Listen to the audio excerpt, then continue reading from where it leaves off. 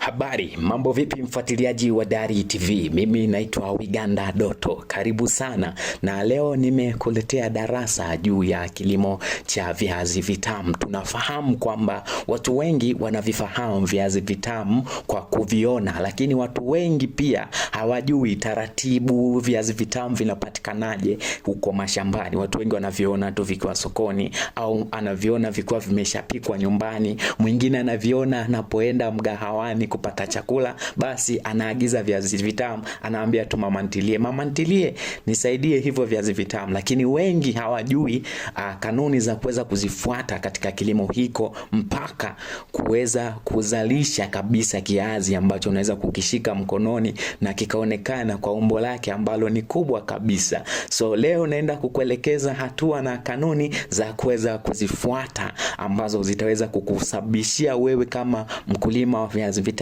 basi katika shamba lako ukaweza kupata magunia na magunia ya viazi vitamu. Na kitu namba moja cha kuweza kuzingatia kabisa kabla ya kupanda, kabla ya kufanya process yoyote ile katika viazi vitamu, cha kwanza ni kuweza kufanya research ya kujua ardhi yako, udongo wa ardhi yako ni aina ya udongo gani. Tunajua kwamba kuna udongo wa mchanga na udongo mfinyanzi, na udongo mfinyanzi katika viazi vitamu ndo udongo pendwa na ndo udongo pekee ambao unazalisha viazi vitamu kwa kiwango kikubwa zaidi kuliko udongo wowote ule. Na hii ni kwa nini?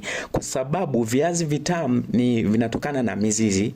Shina unapopandikiza katika udongo wako, basi ule udongo unatanata, ule udongo mfinyanzi, ule mzizi unaenda kujipachika katika ule udongo, na hivyo inakuwa inapata joto, rahisi kupata joto, na maji pia yakiwa yamenyesha au mvua ikiwa imenyesha katika ile udongo, basi inaweza kutunza udongo kwa muda mrefu zaidi.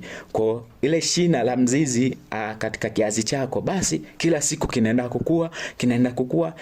kukua, na hivyo ndivyo ambavyo kiazi kitamu kinaweza kupatikana katika ardhi ya udongo, kuliko kuzingatia katika ardhi ya mchanga. Ardhi ya mchanga haiko vizuri sana, it's not suitable sana katika kilimo cha viazi vitamu kulinganisha na ardhi ya udongo mfinyanzi.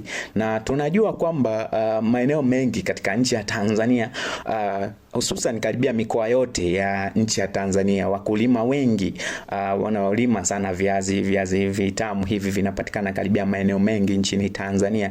Na hii ni kutokana pia ardhi ya mkoa mmoja, so kwamba ardhi yote inafanana. Kuna baadhi ya maeneo yanakuwa na ardhi ya udongo, lakini pia baadhi ya maeneo yanakuwa na ardhi ya mchanga. So ilikuwa na mimi Wiganda Doto Jeremia. Endelea kuraani Dari TV. See you until next time. Bye bye. Jaho.